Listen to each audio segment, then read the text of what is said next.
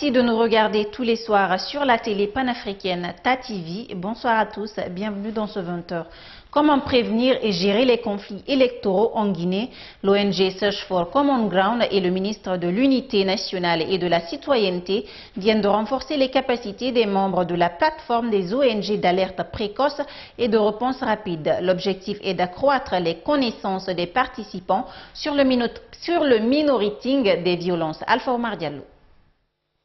Les processus électoraux sont souvent source de conflits dans les États africains de façon générale. En Guinée, les acteurs qui œuvrent dans la préservation de la paix et de la quiétude sociale mettent en branle leurs efforts pour prévenir les violences électorales à travers un système d'alerte précoce et de réponse rapide, surtout à la veille des élections locales dans le pays. J'espère que les différentes connaissances qui ont été transmises ont permis d'augmenter les capacités des participants et que, à partir de cela, je ne dirais pas ils vont s'engager, mais je vais dire ils vont continuer à s'engager puisqu'ils étaient suffisamment engagés dans le monitoring des violences possibles et des violences effectives, dans le monitoring des signes précurseurs de violences liés au processus électoral pour nous permettre de trouver des solutions très rapidement, aussi bien à la base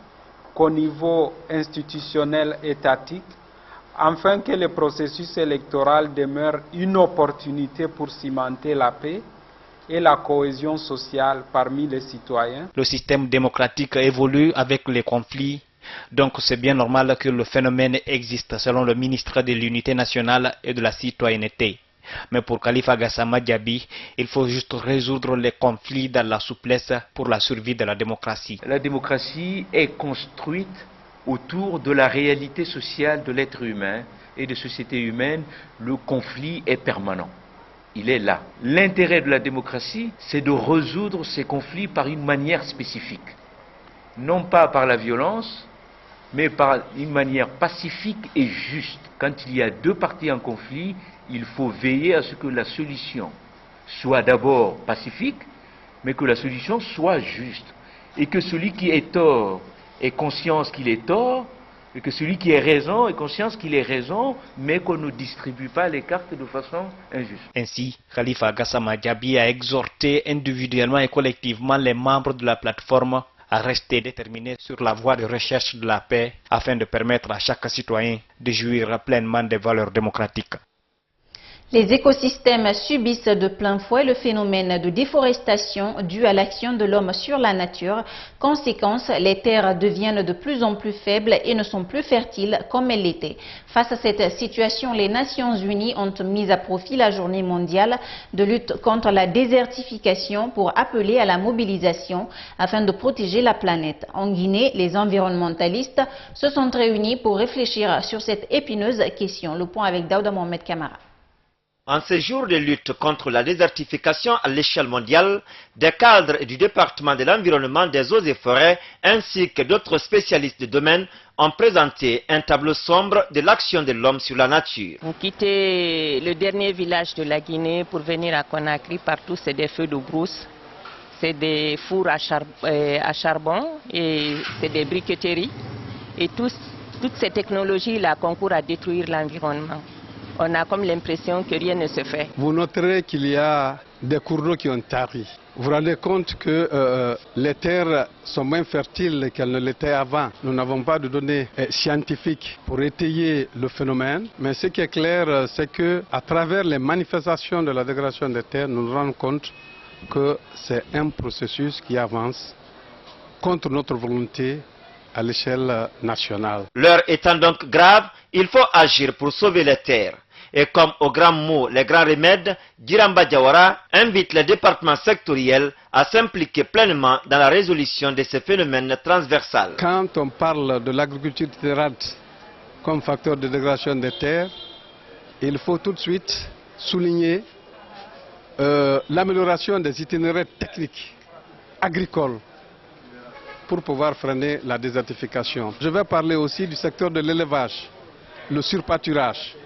Quand le bétail est en divagation, vous pouvez vous attendre à la dégradation de la terre, au piétinement du sol, à son compactage. Mais si vous sédentarisez le bétail, si vous pratiquez de l'élevage intensif ou semi-extensif, plus ou moins, vous pouvez atteindre des résultats positifs. Il s'agit à ce niveau d'améliorer les parcours pastoraux. Vous avez l'hydraulique, vous avez les forêts. Il faut mettre fin à la coupe abusive du bois, réglementer la coupe du bois. Les impacts de la désertification sont d'ordre écologique, économique et socio-culturel dont la nécessité de juguler s'impose selon les spécialistes. Cette année, le thème choisi par les Nations Unies pour la lutte contre la désertification est « Protégeons la planète, restaurons la terre, mobilisons-nous ». Comment les impôts sont-ils utilisés? La question a été soulevée lors du lancement officiel des guichets pour la sécurisation des recettes publiques. Selon les responsables du département du budget, l'impôt est reparti entre les collectivités locales et le budget national. Et pourtant, un manque à gagner a été constaté par le ministère lors de cette rencontre. Saloum Kondé. En Guinée, l'impôt est payé dans tous les secteurs d'activité, mais la majorité de la population ignore souvent sa destination. Pourtant, c'est lui qui contribue à développer une économie, indiquent les spécialistes. Selon le directeur national des impôts, ces recettes sont réparties entre les collectivités locales et le budget national. Les produits de ce service, en fait, sont répartis entre les collectivités locales et le budget national.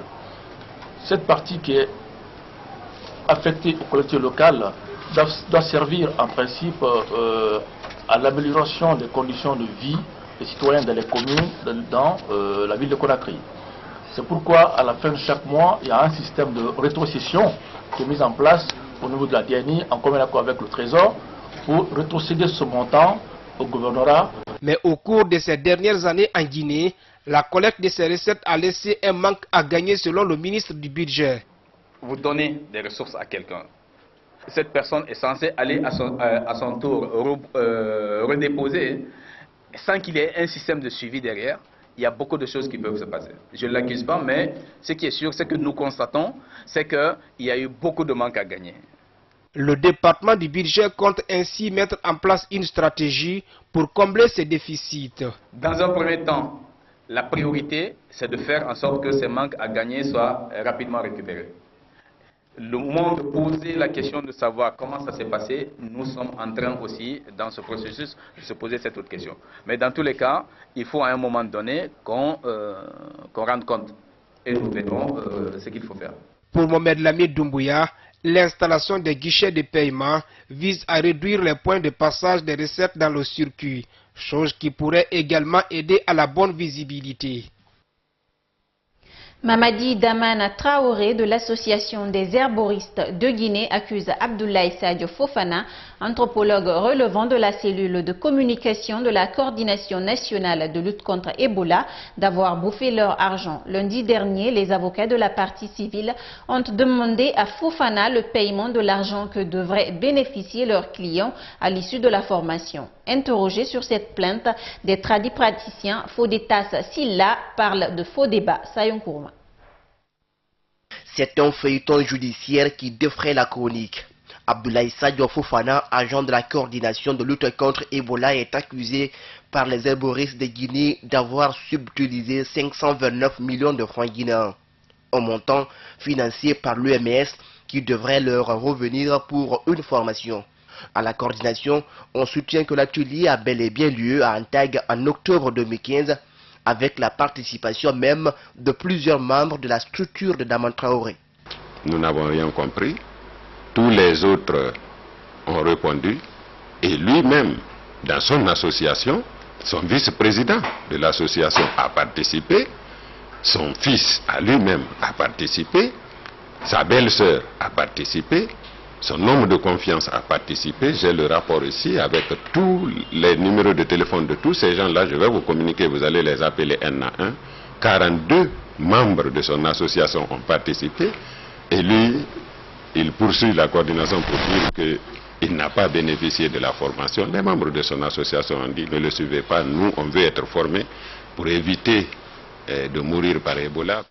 Dans un courrier adressé à la coordination ce 14 juin, l'OMS affirme que la cellule Ebola n'a reçu aucun fonds de cette formation organisée et que le paiement a été effectivement opéré par les services du bureau OMS pays sur le mode d'implémentation directe. Ce dossier est déjà clos depuis le 14 juin. Tout ce qui est aspect financier a été géré par les services financiers de l'OMS à Conakry.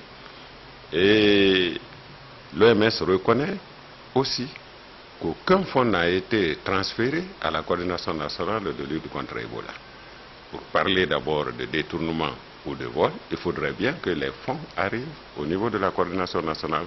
Mais si l'Organisation mondiale de la santé reconnaît elle-même qu'aucun fonds n'a été transféré au niveau de la coordination et que tout ce qui a été exécuté par les services financiers de la représentation de l'OMS à Conakry, je crois que ce débat est clos. Le responsable de la cellule de communication de la coordination s'inscrit ainsi en faux contre les accusations de Daman Traoré.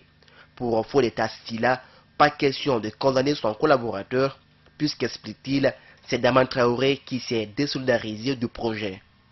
C'est quelqu'un qui cherchait effectivement à usurper ce projet de formation en disant que c'est lui qui l'a élaboré, alors que cette formation, ce projet a été élaboré ici à l'unité de communication depuis le mois d'avril. Depuis le mois d'avril. En parler même est trop bas. C'est lamentable. C'est ne rien savoir du système des Nations Unies. Le Guinéen terre à terre pense que lorsqu'ils entendent parler des fonds Ebola, de l'appui d'un pays, d'une ONG internationale ou bien d'une institution internationale, les gens pensent que ces fonds, les dollars et les euros dont ils entendent parler, sont mis dans des cartons et placés sous la table de Dr Sakoba ou de faux d'état. Là, ce n'est pas comme ça. La décision du tribunal est attendue le 4 juillet prochain. À l'issue de cette sentence, la coordination entend elle aussi porter plainte pour diffamation, faux et usage de faux. À l'occasion de la commémoration du 40e anniversaire de l'assassinat d'une centaine d'enfants sud-africains par le régime de l'apartheid, l'ONG Child Friends Guinée a tenu une conférence hier jeudi à Conakry. Les membres de cette structure ont profité de cette tribune pour formuler des plaidoyers en faveur de la protection des tout-petits. Compte rendu Bamamadou Alpha. Le mois de juin est consacré par les Nations Unies aux enfants de la planète. C'est à cette occasion que l'ONG Child Friends Guinée a profité pour multiplier ses actions sur la protection des enfants, d'où sa principale mission. La mission de Child Friends Guinée est de protéger, d'écouter, comprendre et changer la situation des enfants pour répondre au présent à la détresse des enfants les plus démunis, les enfants des familles pauvres, les enfants de tous les milieux confondus, enfants marginalisés, enfants réfugiés, enfants handicapés, enfants maltraités, et bien sûr ceux vivant en conflit avec la loi. Et pourtant, les statistiques de l'Office de la protection du genre et de l'enfance révèlent que les violences faites aux enfants en Guinée restent toujours élevées. Durant les 3 dernières années, 2013, 2014, 2015, 92 cas d'enlèvement d'enfants et 164 cas d'abandon d'enfants ont été enregistrés. Pourquoi? Et 22 cas de maltraitance, dont 10 cas de traite d'enfants et 180 cas de violences physiques sur les enfants mineurs. C'est pourquoi d'ailleurs l'ONG Child Friends Guinée a fait des recommandations aux acteurs impliqués dans l'épanouissement et dans la promotion de l'enfance à s'investir davantage dans ce sens. L'ONG Child Friends Guinée recommande à l'Assemblée nationale d'engager les débats avec les ONG nationales et internationales dans les perspectives de la suppression du travail des enfants en Guinée.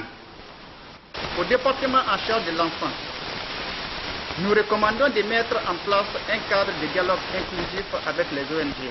Aux institutions juridiques, nous recommandons d'appliquer toute la rigueur de la loi sur les personnes reconnues coupables d'un acte de violence ou viol exercé sur un enfant. 5. Aux élus locaux, nous recommandons plus de vigilance, car quant à la protection des enfants dans les communes et les quartiers. 6. Aux forces de l'ordre, nous recommandons plus de vigilance à nos frontières. La représentante du président de l'Assemblée nationale, elle souhaite que cette célébration soit nationale dans les prochaines années.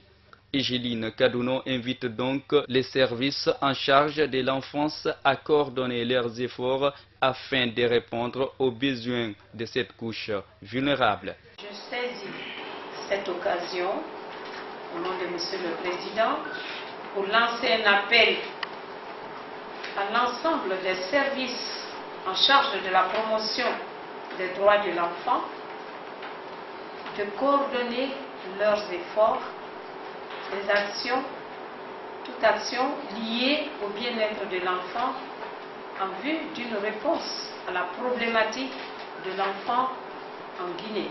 Child France Guinée, où l'Ami des enfants a pour ambition d'assister et de mettre en place une approche permettant aux enfants d'acquérir des compétences et des capacités dans la promotion de leurs droits et leurs devoirs. Le président François Hollande a rendu aujourd'hui un dernier hommage au couple de policiers froidement assassinés à leur domicile. Il a salué la mémoire de ces deux héros en les décorant à titre posthume en présence de leur famille. Regardez. La Marseillaise retentit pour Jessica Schneider et Jean-Baptiste Salvin. Une cérémonie pour un hommage national à ce couple de fonctionnaires de police assassinés à leur domicile au nom de Daesh. François Hollande, accompagné de Manuel Valls et de Bernard Cazeneuve, a décoré le couple de la Légion d'honneur à titre posthume devant leur famille. Nous sommes rassemblés ce matin, ce n'est pas pour rechercher une impossible consolation, mais pour rappeler ce qu'a été le sens même de la vie de Jessica et de Jean-Baptiste, la signification de leur mort, et pour affirmer solennellement que la nation, la France, poursuivra son implacable lutte contre le terrorisme avec plus de détermination encore, en souvenir de leur sacrifice.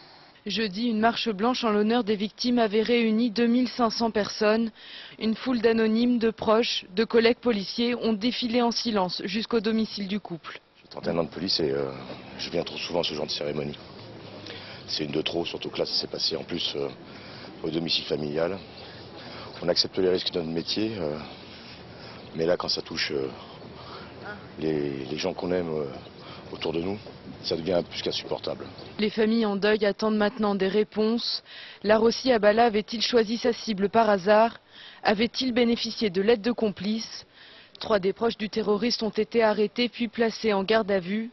Les enquêteurs ont saisi chez eux du matériel informatique et téléphonique qui pourrait permettre de comprendre les motivations d'Abala. De Bretagne, David Cameron était attendu à Bristol, cette petite ville du nord de l'Angleterre où a été froidement abattue jeudi la députée pro-européenne Jo Cox. Plusieurs personnes se sont réunies pour saluer la mémoire de cette dame. Ensuite, des fleurs, des mots de remerciement. À Birstall, ville dans laquelle Jo Cox a été assassinée en pleine rue jeudi, habitants et politiques se rassemblent pour lui rendre hommage. Certains se sont retrouvés devant la bibliothèque municipale où la députée avait l'habitude de se rendre. Un service religieux a également été tenu en son honneur. Jo Cox était très appréciée à Birstall. Tous décrivent une femme politique hors pair et bienveillante. C'était une personne adorable, vraiment belle, si vibrante et heureuse, pleine de vie. Et on est complètement choqué aujourd'hui qu'elle nous a été enlevée dans ces circonstances. Jo, c'était l'amour. Elle s'est tant battue pour ceux qui n'avaient pas de voix en Syrie ou ailleurs, les marginalisés du Yorkshire et du reste de la Grande-Bretagne. C'était une mère aimante, une politicienne redoutable. Et c'est une perte tragique pour notre monde et notre démocratie. Hommage également à Londres. Devant le Parlement britannique, des députés du Parti travailliste en pleurs. Les collègues de Jo Cox sont venus déposer des fleurs et des bougies. Le chef de file des travaillistes, Jérémy Corbyn, a salué une militante et parlementaire exemplaire. La différence avec Jo, c'est qu'elle menait son combat avec amour. Quand il y avait de la haine, elle répondait avec de l'amour. Dans son premier discours au Parlement, elle a parlé du fait qu'il y a plus de choses qui nous unissent que de choses qui nous séparent. Voilà le message qu'elle nous laisse. À l'étranger, de nombreux responsables européens ont présenté leurs condoléances. François Hollande a exprimé sa profonde émotion. Manuel Valls a lui déclaré « À travers elle, notre idéal démocratique a été visé ». Ehud Barak, ancien Premier ministre israélien, s'inquiète pour son pays et il le fait savoir. Il demande au gouvernement de reprendre tous ses esprits pour revenir immédiatement sur les rails. Il n'est pas le seul à défier Benyamin Netanyahu. Moshe Yaalon, également ancien ministre de la Défense, monte aussi au credo. Suivez. Yaalon, candidat au poste de Premier ministre. Cette année, la conférence d'Herzliya s'est terminée sur un coup d'éclat politique. L'ancien ministre de la Défense a directement attaqué Benyamin Netanyahou sur sa politique sécuritaire. Même son de cloche pour l'ancien Premier ministre Ehud Barak. La prochaine guerre contre le Hamas ou le Hezbollah, ou les deux, sera difficile. Mais une guerre contre ces organisations terroristes, tout comme d'autres, ne représente aucun danger existentiel pour Israël. Il serait donc normal que l'actuel gouvernement israélien arrête de vouloir faire peur à ses citoyens en leur laissant croire que notre pays est sur le point de disparaître.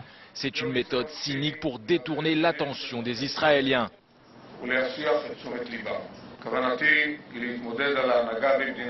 Je compte donc me présenter aux prochaines élections législatives. Moshe Yaalon va plus loin. Il a déclaré « L'État d'Israël mérite une direction qui cesse de zigzaguer et de renforcer la haine entre les différents groupes de la société israélienne pour rester au pouvoir à tout prix ». Selon les commentateurs politiques, cette prise de position des deux anciens ministres de la Défense pourrait bien porter un coup dur à Netanyahou. Ils estiment que le Premier ministre à la tête de l'État hébreu depuis 2009 ne fait face à aucun véritable rival politique. Moshe Yaalon et Ehud Barak représentent, eux, deux figures de taille de la sphère politique israélienne. Face à leurs propos, le Premier ministre a simplement répondu que ces déclarations n'avaient pas d'importance. Pour finir ce journal, on parle sport avec le dernier match France-Albanie de l'Euro 2016 qui suscite des polémiques. Paul Pogba fait parler de lui. A-t-il, oui ou non, fait un bras d'honneur juste après le but de Dimitri Payet? Un geste qui fait rage depuis mercredi. Regardez. Un bras d'honneur aux médias, la polémique fait rage depuis le match France-Albanie. L'image a été censurée à la télévision afin de ne pas créer de débats inutiles. Et pourtant, alors que Dimitri Payet met le but qui assure la victoire aux Bleus et surtout la qualification pour les huitièmes de finale, Paul Pogba fait un geste avec ses bras qui pour certains ne passe pas. Pogba assure que c'était un geste de bonheur, un point levé après la victoire. Mais les réseaux sociaux se déchaînent et interprètent son geste comme un mécontentement face aux critiques médiatiques qu'il a reçues après sa prestation contre la Roumanie du 10 juin. Avant le début de la compétition, les espoirs étaient placés sur Pogba. Certains le présentaient même comme l'homme providentiel de cet Euro 2016. Au lieu de cela, c'est dans la controverse qu'on en entend parler.